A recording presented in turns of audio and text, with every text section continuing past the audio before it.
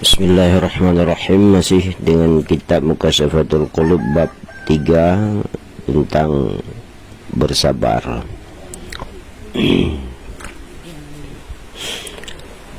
Junaid al-Baghdadi rahimahullahu berkata,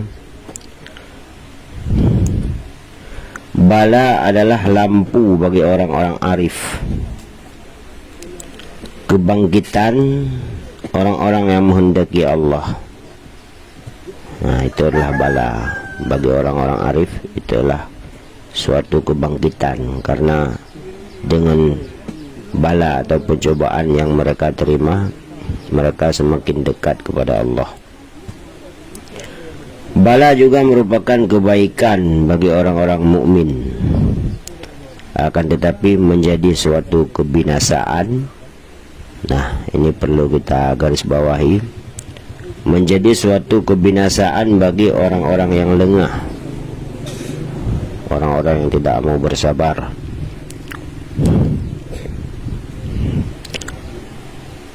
Seseorang tidak akan dapat menemukan kemanisan iman sehingga dia telah kedatangan bala atau pencobaan.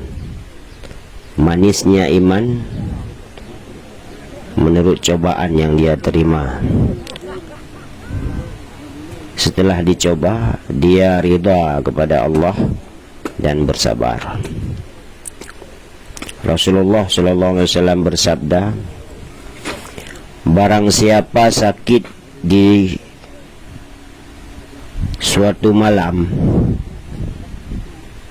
lalu pada malam tersebut dia sabar dan ridha kepada Allah Subhanahu wa ta'ala,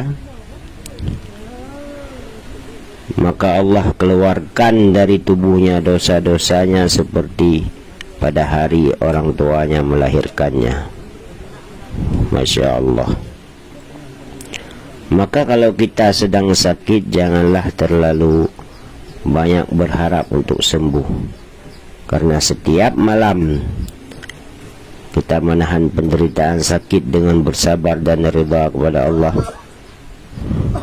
maka dosa-dosa itu berguguran. Maka sakit itu merupakan tanda Allah cinta kepada hambanya. Barang siapa yang tidak pernah dicoba dengan suatu bala, kesusahan atau bencana dalam setiap 40 hari sekali, maka tidaklah baginya di sisi Allah sebuah kebaikan pun. Jadi dengan datangnya cobaan seperti yang kita katakan tadi, sobat yang berbahagia, Allah semakin mencintai kita. Syaratnya kita harus ridha dan bersabar. Dari Mu'ad bin Jabal radhiyallahu anhu, beliau berkata, ketika Allah mencoba seorang hamba mukmin dengan sebuah penyakit, maka Allah berfirman kepada para malaikatnya, angkatlah kalam, dan berfirman kepada malaikat sebelah kanan, tulislah untuk hambaku sebaik-baik amal yang pernah ia lakukan. Nah, semua amalan kita tiada berguna sebelum kita ridha dan sabar dengan cobaan Allah. Sebuah hadis Rasulullah SAW bersabda, ketika seorang hamba sakit, Allah mengutus kepadanya 2 orang malaikat, dan Allah berfirman, wahai para malaikatku, lihatlah apa yang hambaku lakukan, apa yang hambaku katakan, karena penyakit yang telah kukirimkan kepadanya. Maka alhamdulillah, dileburkanlah dosa-dosanya kalau dia mau bersabar. Nah, bukan Allah tidak tahu apa yang hambanya ataupun yang diniati oleh hambanya, nah, tetapi Allah mau memperlihatkan kepada malaikat bahwa manusia yang sudah diberikan akal dan nafsu bisa bersabar terhadap cobaan-cobaan yang diberikan oleh Allah Subhanahu wa taala. Jika seandainya dia meninggal dalam keadaan sakit, maka syurgalah balasannya. Akan tetapi jika dia sembuh dari penyakit tersebut, maka Allah akan mengganti daging, darah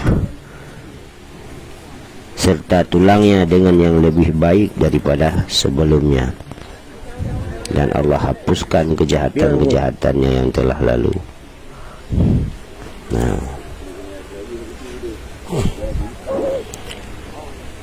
masa Nabi Musa, ada seorang Bani Israel yang sangat fasik.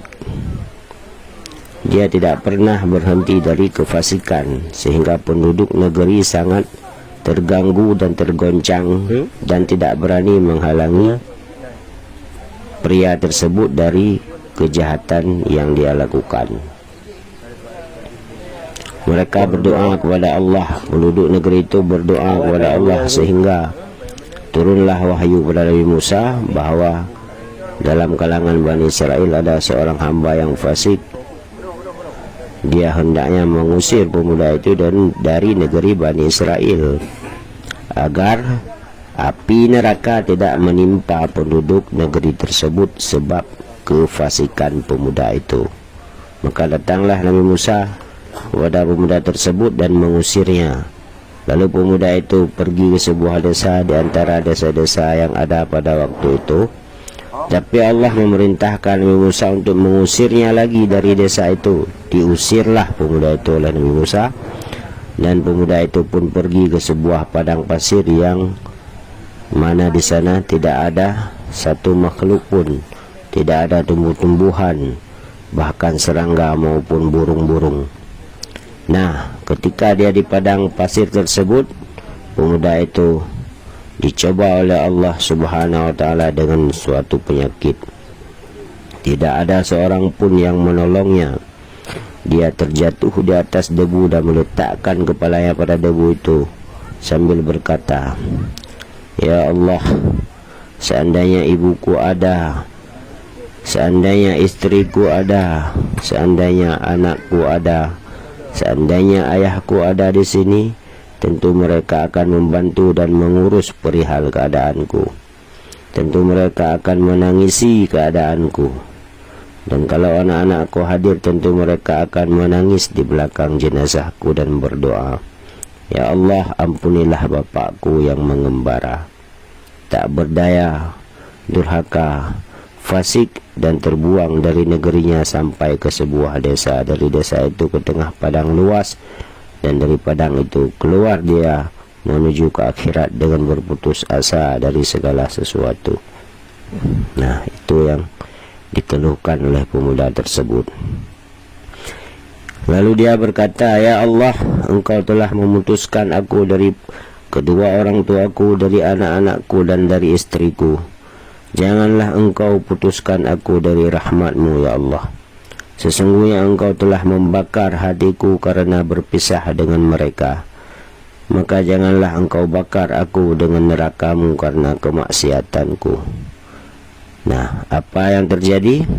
Lalu Allah mengutus seorang bidadari dalam bentuk ibunya, diutus seorang bidadari dalam bentuk istrinya, dan diutus beberapa anak-anak Adam yang dalam bentuk anak-anaknya, dan seorang malaikat dalam bentuk ayahnya. Mereka duduk di sampingnya dan menangisinya. Dia berkata, "Oh, ini bapakku, ibuku, istriku, dan anak-anakku telah datang padaku." Maka bergembiralah hatinya, dan dia pulang ke rahmat Allah Subhanahu wa taala dalam keadaan suci dan diampuni oleh Allah Subhanahu wa taala. Lalu Allah Subhanahu wa taala menurunkan wahyu pada Nabi Musa, "Wahai Musa, pergilah ke padang Tih, karena telah mati di sana seorang wali daripada wali-wali Allah." Nah, dia digelar wali Allah karena kesabarannya, karena cobaan yang dia terima dari Allah Subhanahu wa taala, dia sabar dan ridha kepada Allah. Maka datanglah Nabi Musa kepada padang pasir tersebut untuk mengurus jenazahnya. Ketika Nabi Musa datang ke tempat tersebut, Nabi Musa tercengang karena yang dia lihat adalah pemuda yang pernah dia usir, dan di sampingnya telah ada bidadari-bidadari. Maka berkatalah Nabi Musa, "Ya Allah, kalau pemuda ini maka adalah orang yang telah aku usir dari negeri dan desa itu atas perintahmu." Maka Allah Subhanahu wa taala berfirman, "Hai Musa, aku telah memberinya rahmat dan mengampuninya sebab rintihannya di tempatnya dan sebab perpisahannya dengan tanah kelahirannya, dengan ibu dan anak-anak serta istrinya. Aku mengutus bidadari dalam bentuk ibunya, dalam bentuk orang tuanya, dalam bentuk anak-anaknya. Karena apabila mati seorang yang terpencil, maka menangisilah penghuni langit dan penghuni bumi karena kasihan kepadanya. Lalu bagaimana aku tidak menyayangi, sedang aku adalah zat yang maha penyayang."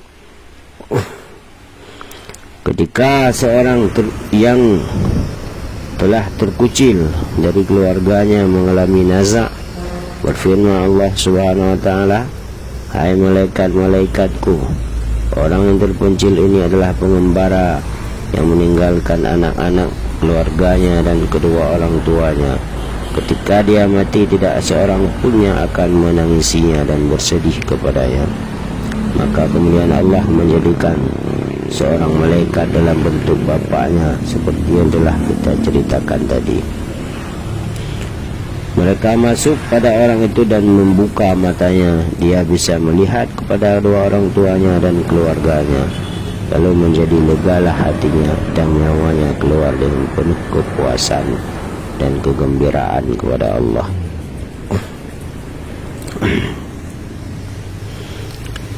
Firman Allah Subhanahu wa taala, "Allahu latifum bi'ibadihi."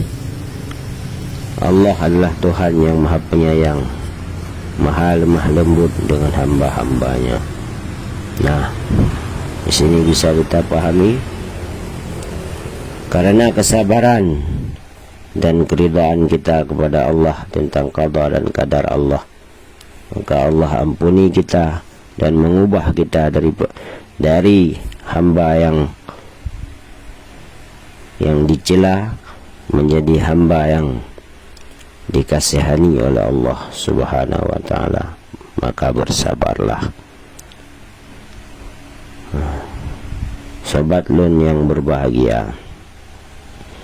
Ibnu Atha berkata, akan terlihat nyata kebenaran seorang hamba dari kepura-puraannya di dalam waktu-waktu Allah turunkan cobaan, dan di dalam waktu-waktu Allah turunkan kebahagiaan atau kelapangan untuk seseorang tersebut. Maka barang siapa bersyukur ketika dia lapang dan mengeluh ketika datang cobaan, dia adalah termasuk orang-orang yang bohong. Seandainya berkumpul pada seorang laki-laki atau pada seseorang ilmu seluruh dunia, seandainya berkumpul pada seseorang ilmu seluruh manusia dan seluruh jin, kemudian menyerangnya oleh Allah Subhanahu wa taala kepada dia dengan cobaan, lalu dia memperlihatkan keluhan mengenai apa yang menimpanya, maka tidaklah bermanfaat baginya ilmu dan amalnya, walau ilmu dan amalnya tersebut sangat banyak. Ilmu dan amalnya tersebut dikumpulkan seluruh manusia, semua amal itu untuk dia. Nah, tetapi dia mengeluh karena cobaan daripada Allah, maka ilmu dan amalnya tidaklah berguna. Seperti yang telah diriwayatkan dalam hadis qudsi, Allah Subhanahu wa taala berfirman, Barang siapa yang tidak puas dengan qadaku dan tidak bersyukur kepada pemberianku, hendaklah dia mencari Tuhan selain aku. Na'udzubillah min dzalik. Kemana kita akan mencari Tuhan selain Allah? Tidak ada penolong, tidak ada yang akan memperhatikan kita di dunia dan akhirat jika Allah telah berkata demikian. Nah, kemana kita akan mencari Tuhan selain Allah? Tidak ada.